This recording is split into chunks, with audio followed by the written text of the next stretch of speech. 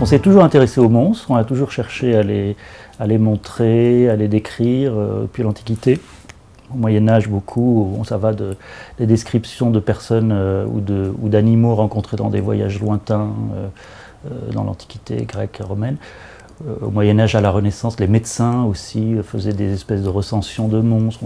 Ambroise Paré, par exemple, a décrit toute une série de monstres, donc de monstres au sens, cette fois, physiologique, quoi, de naissances monstrueuses d'animaux ou de bébés. Mais jusqu'à l'époque moderne, on voyait surtout dans les monstres des signes, des présages, c'est-à-dire des symboles en fait. Ils apparaissaient pour annoncer quelque chose, ou bien ils apparaissaient souvent comme un symbole visible d'une chose invisible, d'une vertu, d'un vice, d'un travers de l'humanité, ou d'une faute de la communauté, ou comme une sorte de remords ou d'avertissement, ou de présage.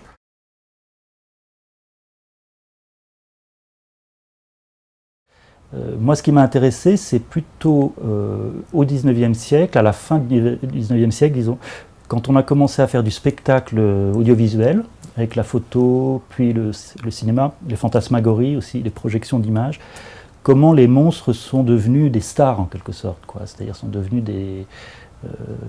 des objets d'un nouveau spectacle, où ils étaient des images, où ils pouvaient même n'être que des images, c'est-à-dire des faux monstres. Il y en avait beaucoup dans les foires, mais dans les foires on montrait aussi des films.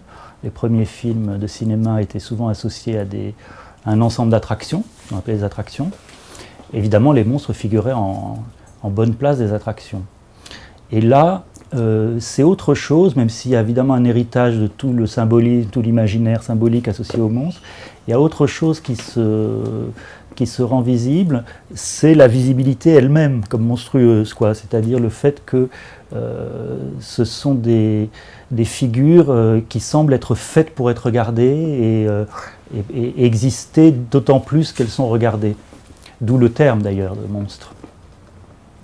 Ce sont les personnages idéaux finalement d'un spectacle où la rampe sépare bien, comme l'estrade dans le cirque ou le sideshow, c'est-à-dire les attractions de foire. Il y a une rampe qui sépare bien le public du monstre, donc qui n'est pas en danger. Comme dans King Kong par exemple, on voit ça où il est attaché. Évidemment, la crainte c'est qu'il se détache et qu'il puisse franchir la rampe, mais en principe on est protégé et on voit quelque chose. L'équivalent visuel de inouï, quoi, de jamais vu. Et voilà, donc ce qui m'intéresse là-dedans, c'est que tous les fantasmes liés au spectacle, à l'identification impossible, à la projection, au cauchemar aussi, au rêve, puisque le cinéma, plus encore que la photo, c'est très proche finalement de l'hypnose et du rêve comme situation et comme effet. Sur le monstre, tout ça se coagule en quelque sorte, prend comme un cristal, quoi.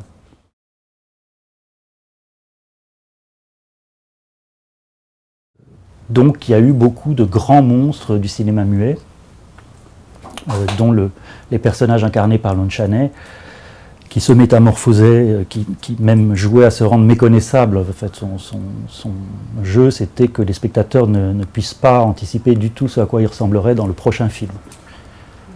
Donc on disait à Hollywood, où il était une grande star, maintenant il est très oublié, mais dans les années 20, il était aussi connu que Chaplin, pratiquement.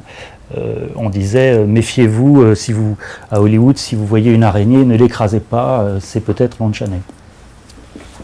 Donc il apparaissait successivement en bossu, en homme animal, en homme poule, en homme insecte, en infirme surpuissant, parce que ça aussi c'est une des choses qui m'intéressait dans cette figure-là, c'est que, qu'on retrouve bien ailleurs, presque chez tous les monstres, c'est que les monstres sont à la fois des handicapés et des surdoués, quoi. C'est-à-dire qu'ils ont des super pouvoirs et en même temps ils sont perçus comme infirmes.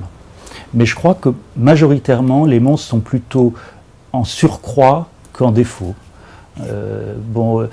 Quelqu'un à qui il manque un bras, une jambe, les infirmes ne sont pas des monstres. Ils inspirent la pitié, quelquefois l'effroi, mais pas un effroi aussi, surhumain et presque d'un autre monde que les monstres proprement dits, qui ont en général plus de quelque chose. Soit des membres en plus, soit de la force, du volume, des formes en plus. Ils ont trop de formes en fait, les monstres, ils sont en excès de formes.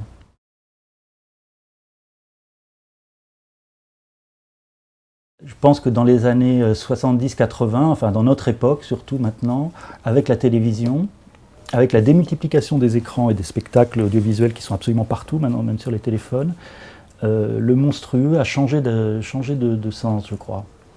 Ou en tout cas, il s'est généralisé d'une façon où il est moins facile de l'isoler. Comme quand il y avait une estrade, un spectacle, le cadre, ou même la salle de cinéma, le cadre du spectacle est quand même très net, les limites sont très nettes. Aujourd'hui, avec la télévision, les écrans baladeurs, et puis le fait de faire du live 24 heures sur 24, on peut le faire sur certaines chaînes, ça efface, ça brouille en tout cas les limites entre ce qu'on regarde et le regardeur. Et du coup, la monstruosité qui était liée à quelque chose d'excessif et d'unique qu'il fallait voir, enfin qui valait la peine de voir, qui valait le coup d'œil tout simplement, elle s'est généralisée à tous celles et ceux qui boivent la lumière, ou qui la renvoient, qui ont besoin ou qui aiment être éclairés et filmés.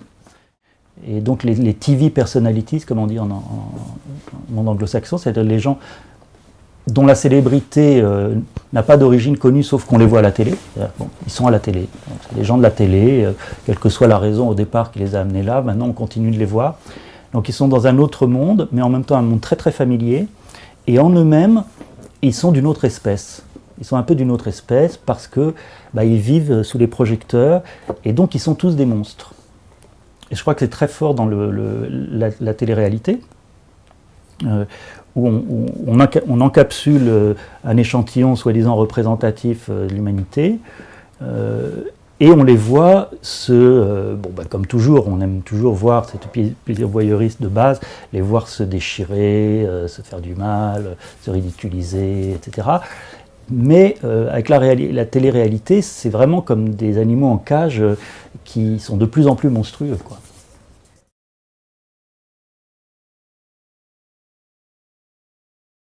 Avec Darwin, on comprend que les espèces évoluent par la monstruosité, puisque les mutations, c'est des monstruosités qui réussissent d'une certaine façon, quoi. On est avec une différence, et puis cette différence est utile, on survit mieux, et puis elle se reproduit, etc. Donc le monstrueux, le tératologique est réintégré dans la logique générale du vivant. Et l'idée de mutation devient positive, elle n'est pas seulement négative. C'est pas seulement devenir un monstre, c'est aussi évoluer. Et aujourd'hui, on a tellement intégré cette idée qu'on peut se faire évoluer soi-même dans sa propre vie, c'est-à-dire changer de corps, par exemple. Donc justement, si on veut aller à la télévision et qu'au bout d'un moment on est trop ridé ou on n'est pas assez photogénique, on peut se transformer par la chirurgie et on devient à la fois plus normal et monstrueux, du simple fait qu'on a transformé soi-même son aspect.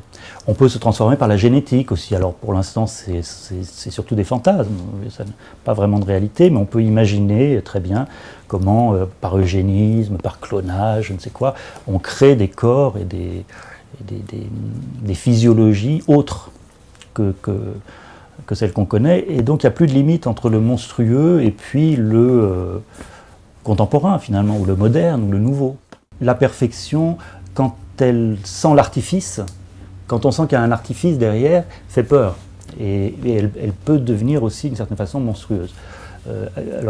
La symétrie du visage par exemple, on croirait spontanément, naïvement, on croirait qu'un visage symétrique est normal et qu'un visage asymétrique est monstrueux.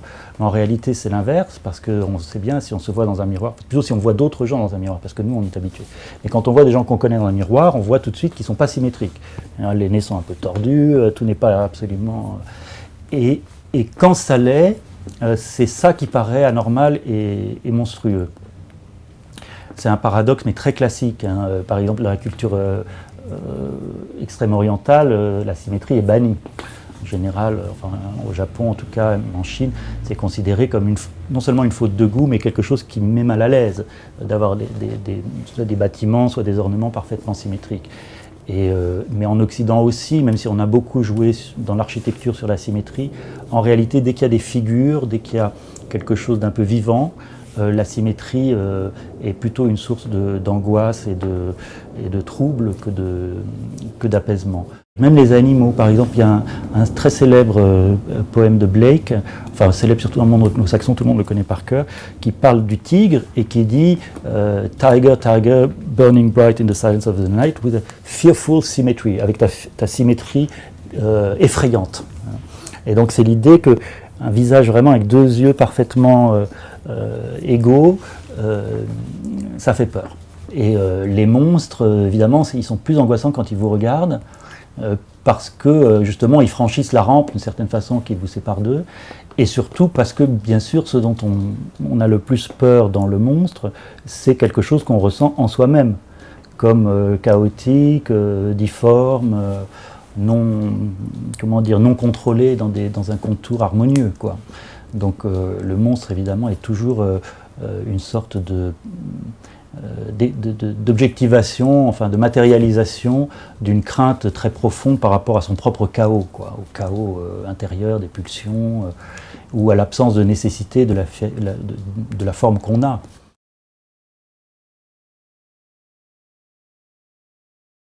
C'est à la fois reconnaître le même, et le même n'est pas le même, justement. Donc l'autre dans le même, c'est ça qui fait très très peur.